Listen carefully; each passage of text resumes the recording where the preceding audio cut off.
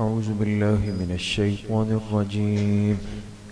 بسم الله الرحمن الرحيم. وجاء من أقصى المدينة رجل يسعى قال يا قوم اتبعوا المرسلين اتبعوا من لا يسألكم أجرا وهم مهتدون وما لي لا أعبد الذي فطرني وإليه ترجعون أأتخذ من دونه آلهة إن يردني الرحمن بضر لا تغن عني شفاعتهم شيئا ولا ينقذون إني إذا لفي ضلال مبين إني آمنت بربكم فاسمعون. صدق اللہ العظیم. یہ سورہ یاسین کی آیت نمبر 20 سے آیت نمبر 25 تک 6 آیات آپ حضرات کے سامنے تلاوت کی گئی. گزشتہ آیات میں یہ بات گزری ہے کہ اللہ پاک نے تذکرہ فرمایا ایک قوم کا جو حضرت عیسیٰ علیہ السلام کے زمانے میں گزری ہے، اور اس قوم کی طرف حضرت عیسیٰ علیہ السلام کے 3 قاصد 3 نمائندے بھیجے گئے. اگر آپ لوگوں کو یاد ہو، پہلے 2 گئے اور پھر اس کے بعد تیسرے کو ان کی مدد کے لیے بھیجا گیا، اور ان کے نام بھی عرض کیے تھے. اگر آپ کو کچھ یاد پڑتا ہو، یہ جو 3 قاصد آئے تھے، ایک کا نام تھا یوحنا، ایک کا نام تھا بولس، ایک کا نام تھا شمعون. یہ ان 3 نمائندوں کے ان قاصدین کے نام تھے جو حضرت عیسیٰ علیہ السلام کی طرف سے اس قوم کی طرف بھیجے گئے. چونکہ یہ قوم شرک کے اندر مبتلا تھی، اور جب ان حضرات نے توحید کی دعوت دی، ان سے بات کی، تو جیسے پچھلی امتوں کا طریقہ رہا تھا، تو بجائے اس کے کہ یہ اس پہ غور و فکر کرتے، انہوں نے پیٹھ پیچھے بیٹھ کر منصوبہ بنایا کہ ان تینوں قاصدوں کو قتل کر دیتے، تاکہ قتل ہو جائے، ختم ہو جائے، بات ہی ختم ہو جائے گی.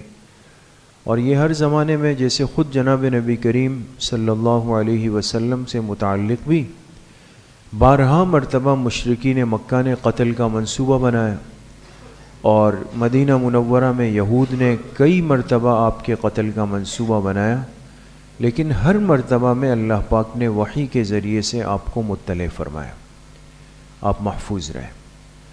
تو یہ تو تقریباً ہر پیغمبر کی امت کا ایک فاسد طریقہ رہا ہے کہ اپنے پیغمبر یا ان کے قاصد کو ختم کر دیں تاکہ ان کی بات کو کوئی قبول نہ کرے. لیکن یہ تو اللہ پاک کی ذات ہے، اللہ کی شان ہے کہ جو اللہ کے دین کی دعوت دیتا ہے تو اس کا تعلق ذات سے نہیں ہوتا بلکہ فکر سے ہوتا ہے. ورنہ تو اللہ کے پاک پیغمبر علیہ السلام کے جانے کے بعد تو یہ دین ختم ہو جانا تھا. کیوں زندہ ہے آج تک؟ اس لیے کہ وہ فکر بیٹھ گئے. تو انہوں نے ان قاصدوں کے قتل کا منصوبہ بنایا. انہی لوگوں کے اندر ایک شخص تھا کہ جو دل ہی دل کے اندر ایمان لے آیا تھا، اور اس کا تذکرہ آج کی ان آیات کے اندر موجود ہے. اس شخص نے کیا کیا کہ جب سنا کہ میری قوم ان حضرات کے قتل کا منصوبہ بنا رہی ہے، تو اس نے بڑی وفاداری کی اور چوری چھپ کے آ کر ان کو مطلع کیا کہ بہت غلط منصوبہ بن رہا ہے آپ لوگوں کے قتل کا. ان آیات کا ترجمہ ہے وَجَاءَ مِنْ أَقْصَى الْمَدِينَةِ رَجُلٌ يَسْعَى، اور شہر کے پرلے کنارے سے ایک شخص دوڑتا ہوا آیا. یہ وہ مومن تھا جو چھپ کے ایمان لایا. قال، اور کہنے لگا، یا قوم، اے میری قوم، اتبعوا المرسلین، تم ان بھیجے ہوں کی اتباع کر لو. اس نے ہمت کی، ان سے کہا میری قوم تم ان بھیجے ہوں کی اتباع کر لو. اتبعوا من لا يسألكم اجرا وهم مهتدون، ایسوں کی اتباع کر لو جنہوں نے تم سے نہ کوئی معاوضہ مانگا ہے اور وہ ہدایت کے راستے پر ہے. وما لیا، پھر کہنے لگا اور مجھے کیا ہوا، لا اعبد الذی فطرنی، کہ میں اس ذات کی بندگی نہ کروں جس نے مجھے پیدا کیا ہے. وَإِلَيْهِ تُرْجَعُونَ، اور اسی ذات کی طرف تم سب کے سب بھی لوٹائے جاؤ گے. أَأَتَّخِذُ مِن دُونِهِ آلِهَةً، کیا میں اللہ کو چھوڑ کر ایسی چیزوں کو اپنا معبود بنا لوں، إِن يُرِدْنِ الرَّحْمَنُ بِضُرٍّ، کہ اگر رحمان کی ذات ارادہ کر لے میرے لیے نقصان کا، تو لا تغنی عنی شفاعتهم شیئا، تو ان بنائے ہوئے معبودوں کی سفارش نہ مجھے کوئی فائدہ دے سکتی ہے، ولا ينقذون، نہ مجھے کسی مصیبت سے چھڑا سکتی ہے. انی اذن، ان باتوں کے باوجود بھی اگر میں اس باطل کے پیچھے لگا رہوں تو لفی ضلال مبین، تو پھر تو میں بڑی کھلی گمراہی کے اندر پڑا ہوا. انی آمنت بربکم، اب کھل کے ایمان کا اظہار کیا، بے شک میں تم سب کے حقیقی رب پر ایمان لے آیا ہوں. فاسمعون، تم بھی میری بات پہ غور کر لو، یعنی تم بھی ایمان لے آؤ. تو ان آیات کے اندر اللہ پاک نے اس مرد مومن کا، اس شخص کا تذکرہ کیا جس نے ہمت کی. اب ظاہر سی بات ہے کہ موافق حالات میں، موافق کا مطلب ہوتا ہے یعنی سہولت اور راحت کا وقت، موافق حالات میں تو کوئی بھی بات کرنا مشکل نہیں ہوتا، انسان کر سکتا ہے. اصل کمال اور قربانی تو یہ ہے کہ انسان ناموافق حالات کے اندر حق بات کہہ دے.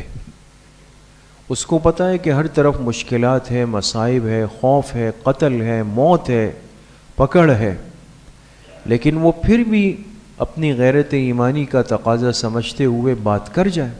اور ایسا کرنا آسان نہیں ہوتا، اس کے لیے بڑی ہمت چاہیے.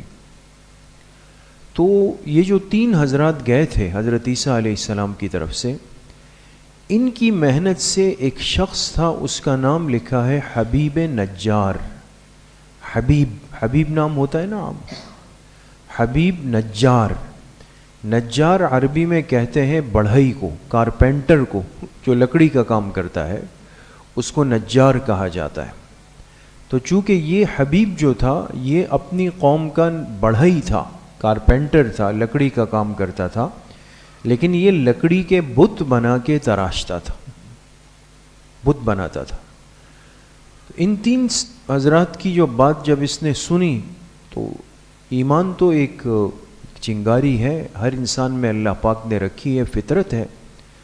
تو ان کی باتیں اس کے دل کو لگی اور اس نے غور کیا کہ بھئی واقعی میں اپنے ہاتھ سے ایک درخت کی لکڑی کاٹتا ہوں، پھر اس کی تراش خراش کرتا ہوں، اس کو ایک شکل دے دیتا ہوں، میرے ہاتھ کی محنت سے بننے کے بعد جو چیز بن جاتی ہے ہم اس کے سامنے سجدہ کر لیتے ہیں، اس کو اپنا معبود بنا لیتے ہیں. تو جو اپنے بننے میں میرے ہاتھ کا محتاج ہے تو میں اس سے اپنی حاجت کیسے پوری کرواؤں گا. کتنی ایک سادہ سی بات تھی نا. توحید تو ایک حقیقت ہے اور شرک ایک ظلمت ہے جو بالکل کھلی آنکھوں سمجھ میں آتی ہے. تو اس نے غور کیا کہ بھئی واقعی بات تو سچ ہے، دل کو لگتی ہے. اپنے ہاتھوں سے بنایا ہوا بت، اپنے ہاتھوں سے تراشا ہوا بت، وہ کیسے معبود بنے گا، وہ کیسے ہماری حاجت روائی کرے گا، فریاد رسی کرے گا. لہٰذا یہ کیا ہوا، اس نے ایمان قبول کر لیا چھپ کر، لیکن اپنے ایمان کا اظہار نہیں کیا. اظہار اس کو حکمت کہتے ہیں، اور یہ کئی صحابہ اکرام رضوان اللہ علیہم اجمعین کے ساتھ بھی ہوا، بلکہ کئی صحابہ کو آپ علیہ السلام نے مشورہ بھی دیا. جب وہ ایمان لائے آپ نے ان سے فرمایا کہ تم اپنے ایمان کا اظہار مت کرو جب تک کہ میں ہجرت نہ کر لوں، جب تک کہ میں تمہیں اجازت نہ دے دوں. یہ سب باتیں ہوئی، یہ حکمت ہے، یہ بزدلی نہیں. تو اس نے ایمان قبول کیا لیکن ایمان کا اخفا کیا، ایمان کو چھپایا. تو ایک دن مجلس میں بیٹھ کر سنا کہ قوم منصوبہ بنا رہی ہے کہ بھئی یہ 3 بندے ہمارے علاقے میں آئے ہیں، اور جب سے آئے ہیں تو گھر گھر کے اندر ایک بات چھڑ گئی ہے، بحث چھڑ گئی ہے، اختلاف ہو گیا ہے، لوگ باپ داداؤں کے طریقے سے ہٹ کر ایک نئے طریقے پر چلنا چاہتے ہیں، کیا کریں؟ تو کہا بھئی آسان حل یہ ہے کہ بھئی مار ڈالتے ہیں، تو نہ رہے گا بانس اور نہ بجے گی بانسری، بات ہی ختم ہو جائے گی، جان چلی جائے گی تو کچھ رہے گا ہی نہیں۔ یہ باطل کی ایک ہمیشہ کی غلط سوچ ہے دوستو، یہ ہمیشہ یاد رکھیں۔ باطل ہمیشہ، آپ دیکھیں نا اہل حق، ہمارے کتنے علماء اور کتنے مشائخ، کتنے بزرگ وہ شہید ہوئے، اسی دور میں ہوئے، ہم دیکھتے ہیں اس شہر میں ہوئے، لیکن کیا اس کے بعد دین ختم ہوا، یا دین کی بات ختم ہوئی، دین کی محنت ختم ہوئی، یا مساجد مدارس دعوت کا کام ختم ہوا، ویران ہوئی؟ ایسا نہیں ہے۔ یہ تو دین تو قیامت تک چلے گا، اور اللہ جس کو قبول کر لیتے ہیں۔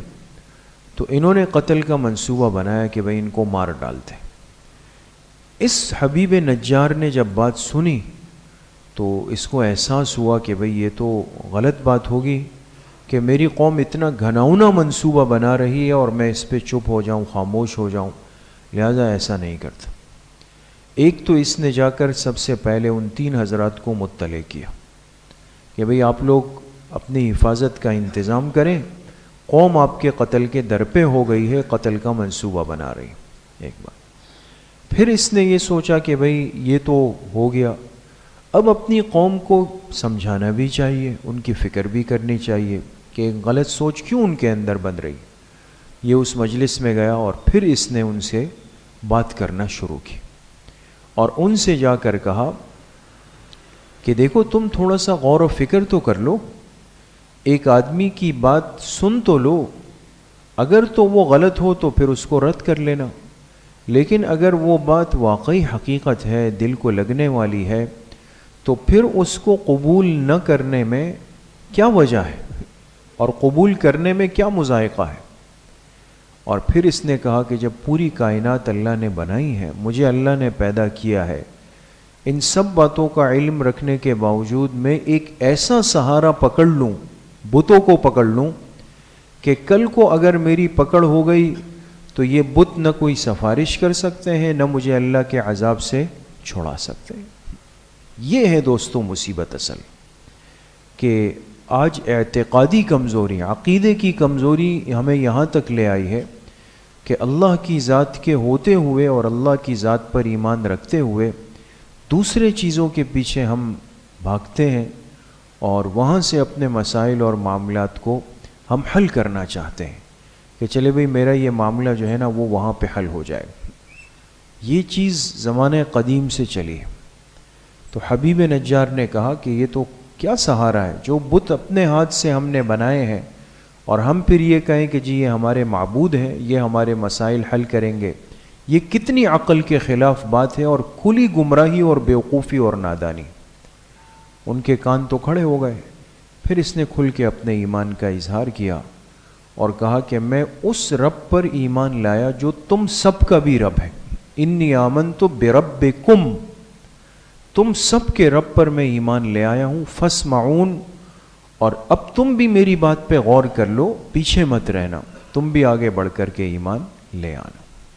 اس نے اپنے حصے کا کام کیا، لیکن ظاہر سی بات ہے کہ جب عقل پہ پردہ پڑ جائے، عقل اندھی ہو جائے، تو پھر کوئی علاج اس کا نہیں ہوتا۔ تو انہوں نے کہا کہ چلو ان 3 سے پہلے تو اسی کا کام تمام کر دیتے ہیں، حبیب نجار کا۔ تو اس حبیب نجار کو انہوں نے اسی وقت پکڑ کر کے اس کو مار ڈالا، اس کو شہید کر۔ جو آگے کی آیات ہے اس میں اللہ پاک نے اسی کا تذکرہ فرمایا ہے۔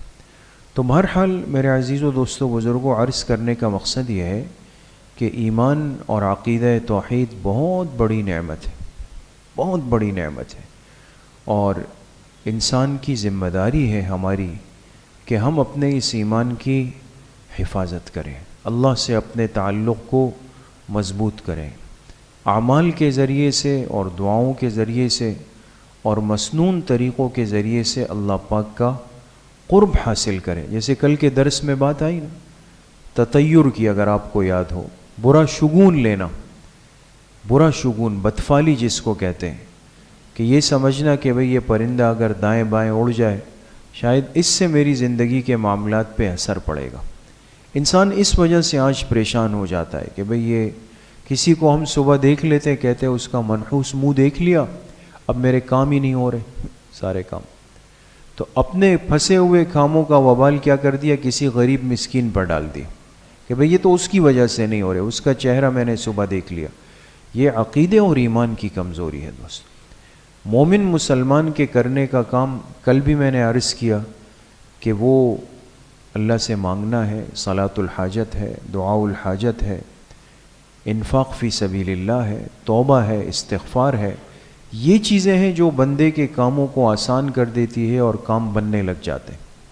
یہ دائیں بائیں کی جو چیزیں ہم اپنی طرف سے بنا لیتے ہیں کہ یہ چیز ایسی، یہ وقت ایسا، یہ مکان ایسا، اچھا شگون لینا یہ ثابت ہے، برے شگون کی حقیقت نہیں.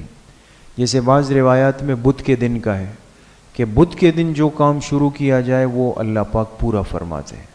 اسی طریقے سے فرمائے جو کام بسم اللہ پڑھ کے شروع کیا جائے وہ ناتمام نہیں رہتا، وہ پورا ہو جاتا ہے نا. بعض ایام کی ایک برکت ہے، ایک فضیلت ہے، ایک اہمیت ہوتی ہے. لیکن کوئی برا شگون لینا کہ چونکہ بھئی یہ ایسا ہو گیا، اس دن ہو گیا، اس ساتھی کے ساتھ ہو گیا، یہ سب اعتقادی کمزوری ہے دوست. اللہ کریم مجھے بھی آپ سب کو صحیح عمل کی توفیق نصیب فرمائے. الحمدللہ رب العالمین والصلاة والسلام علی سیدنا.